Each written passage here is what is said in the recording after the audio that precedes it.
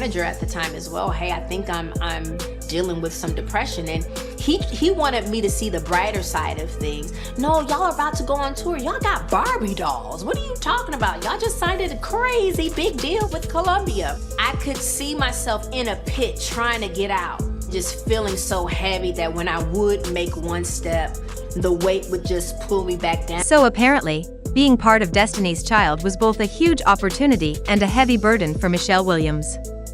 On the surface, it looked like a dream come true.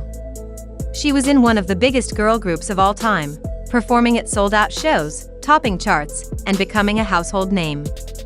But behind all the fame and success, Michelle was constantly made to feel like the odd one out. From the start, fans treated her as if she wasn't good enough. She was often viewed as the least talented member of the group, even when she was delivering solid vocals and showing up with the same dedication as everyone else. You opened up about your insecurities about your singing voice. You even stated that you knew you weren't the vocal favorite of Destiny's Child. Is that something what made you second guess? You know what, it's not that I was second guessing, I'm just aware. You know, some people are like, oh my gosh, it's stuck. They said it stuck with her. No, it didn't stick with me. You know, just sometimes you're aware that you're not everybody's favorite. It didn't help that even behind the scenes, the message she kept hearing was, "You're lucky to be here." The management reportedly reminded her that thousands of girls would kill to have her spot, and that she should stay in the background while Beyonce and Kelly got all the attention. Even now, years later, Michelle says she's still dealing with the aftermath of constantly being sidelined. And recently, she's been speaking out more about how it really felt to be treated like a backup in a group where she worked just as hard as the others. But let's rewind for a minute. Who is Michelle Williams, really? Most people only know her as the final member added to Destiny's Child. But long before that, she had already been working toward a music career. Michelle started singing in church at just 7 years old, and her voice was heavily shaped by gospel music.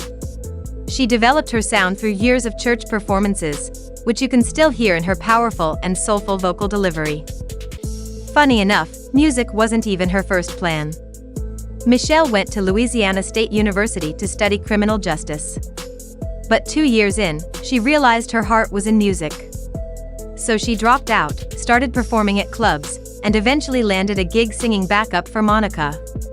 That's where fate stepped in. While working with Monica, she got introduced to Destiny's Child. At that point, the group was going through major drama. The original lineup, Beyonce, Kelly, LaToya, and Latavia, was starting to fall apart. You know, when I got into Destiny's Child, it was a moving train. So I was learning as I was going, right? I didn't have a lot of the media training and the development that Beyonce and Kelly had. I came in that group a team player. I came in that group, what do y'all need me to do? Because I knew of these girls who had a dream, and an aspect of that didn't work out. How can I come in and help us win?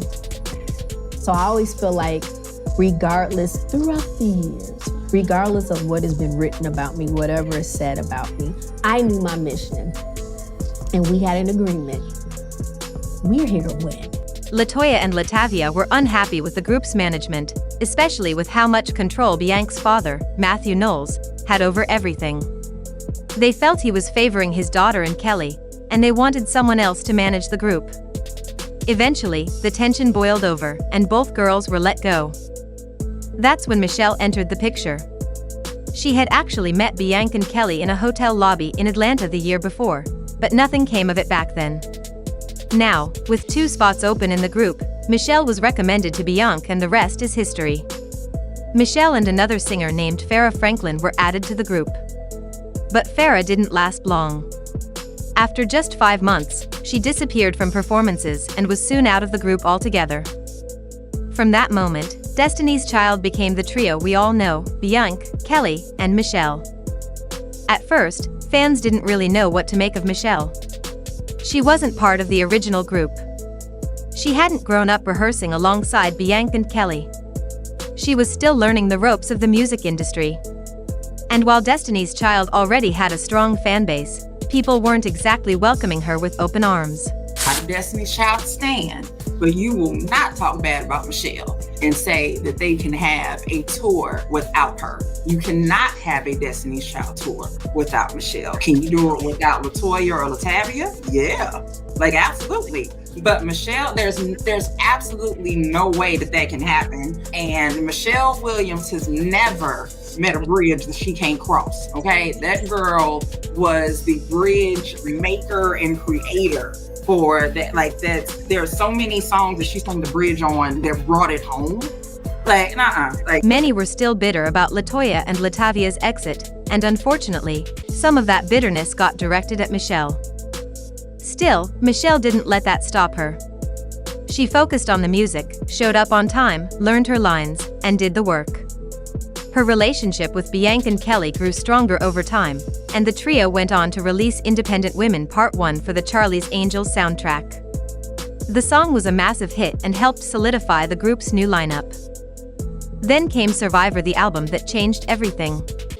It hit #1 on the charts, sold over 10 million copies, and put Destiny's Child on the global stage. That's also when Michelle started to shine. She became known as the Queen of the Bridge, delivering powerful, emotional sections in many of the group's biggest songs. But even with all this success, Michelle was still getting hate. She was standing next to Bianca, who was being groomed as the next big superstar, and Kelly, who had become a fan favorite. Michelle, on the other hand, was often treated as an afterthought. Where you at, 106? Like when I fell on live TV, it took me years to be able to watch that because everybody makes such a big deal about it. And I was like, let me rest when I'm over it. Yeah. Okay, it took me a while to get over it. Why do you think it took you a while? Because people act like I'm the only human on the planet To fall. Yeah. to fall. Also, when Jennifer Lawrence falls on the red carpet, she's more relatable now. Again, I can laugh at it now. You know, I'm reminded of it probably. It used to be every week that somebody would like do a meme or something. Oh, come on. People picked apart her dancing, her style, and even her stage presence. Her every mistake was magnified, while Bianca and Kelly were constantly praised. The truth is, Michelle didn't grow up training for stardom the way Bianca and Kelly did. She didn't go through years of vocal coaches and dance rehearsals. She joined a group that was already famous and had to catch up fast. That's not easy. And while she always gave her best, fans didn't give her much grace. They acted like she didn't belong, even though she played a key role in the group's success. And the harshest part? When Michelle started to struggle emotionally from all the pressure, she says she was ignored. I had to transform myself. It was hard wearing the different types of clothes, and I showed a little bit of cleavage. She was fine. It took her a while, but she's got it now. She once told their manager, Matthew Knowles, that she might be dealing with depression. Instead of support, she got dismissed. He reportedly told her she had nothing to be sad about after all, the group was thriving, and she was making good money. Despite all that, Michelle made a bold move. She went solo before either Bianca or Kelly. She followed her gospel roots and released her own music. Her fourth studio album, Journey to Freedom, included the song Say Yes featuring Bianca and Kelly. It was a hit and reminded fans of her talent. The album reached 29 on the Billboard 200, not bad at all for someone people once claimed didn't belong. Even now, though, people still try to tear her down. There are entire social media pages dedicated to mocking her, as if she hasn't already proven herself. But lately, something's changed. More and more people are speaking up for Michelle. They're giving her the recognition she deserves. They're finally saying what should have been said years ago: Michelle Williams is a star in her own right. She wasn't part of the original Destiny's Child lineup, but she helped keep the group together during a chaotic time. She learned 2 albums worth of lyrics, harmonies, and choreography in months. She stepped into a storm and made it her stage. And now, it's time we gave her the flowers she's always deserved. So what do y'all think? Did Michelle get a fair shot in Destiny's Child? Or was she constantly pushed aside in favor of Bianca and Kelly? Drop your thoughts in the comments. Be honest but be kind. And don't forget to like, subscribe, and hit the bell so you never miss another deep dive. Thanks for watching, and I'll catch you in the next video. Bye. So, when it's all said and done, Michelle Williams' time in Destiny's Child was a complex journey. On the surface, she was living the dream, chart-topping records, global fame, sold-out shows. But behind the scenes, she was fighting a quiet battle. A battle for recognition. A battle to be seen. And most of all, a battle to be respected. She wasn't just a last-minute addition. Michelle stepped into the group at a time of chaos and major public backlash. And instead of letting that break her, she stepped up. She learned the songs, the routines, and the harmonies and did it all with grace under pressure. Let's be real, that kind of transition would have shaken most people. But Michelle took it in stride and earned her place, even if the world didn't always give her the credit. We've seen how people compare her to Beyonce and Kelly over and over again. The jokes, the memes, the criticism, it's been relentless at times. But here's the thing, Michelle has something those jokes can't touch. Talent, perseverance, and heart. She may not have had the same spotlight, but she held her own and brought something unique to the group. And let's not forget Michelle was the first one in the group to go solo. That's right. Before Beyonce's pop domination and Kelly's international hits, Michelle stepped out on her own. And she didn't chase trends. She stayed true to herself. Gospel music wasn't a commercial move, it was a passion move. And it paid off. Her solo work, especially her Journey to Freedom album, proved she could succeed on her own terms. Her song Say Yes, featuring Beyonce and Kelly, wasn't just a gospel banger, it was a moment. A reminder that Michelle's voice, her faith, and her talent still had power in the industry. And even if people still underestimate her, that song and that era showed a version of Michelle who was comfortable in her skin, finally stepping into her light. Now, years later, fans are starting to come around. They're realizing that Michelle was never the weak link. She was the one doing the most with the least support. She was learning while performing, healing while hustling, and growing while constantly being judged.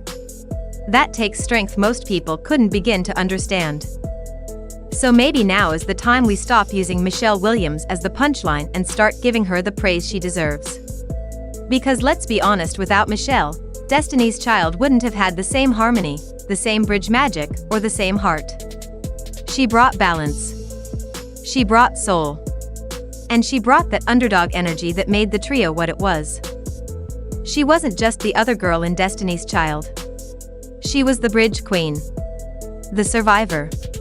The one who stayed classy when she could have clapped back. And today, she's still here, still working, still inspiring people, especially those who've ever felt overlooked or counted out. Now, I want to hear from y'all. Do you think Michelle got the respect she deserved? Or do you believe she was always just overshadowed by the spotlight Beyonce and Kelly naturally drew in? Let me know in the comments. Your voice matters, and this is a conversation that needs to be had. And don't forget, if you liked this video, hit that thumbs up, subscribe for more real talk like this, and turn on the notifications so you don't miss what's coming next. Because trust me, we're just getting started. Michelle, if you're watching this, you deserve your flowers, and we're giving them to you right now. Thanks for watching, and I'll catch y'all in the next one. Peace and love.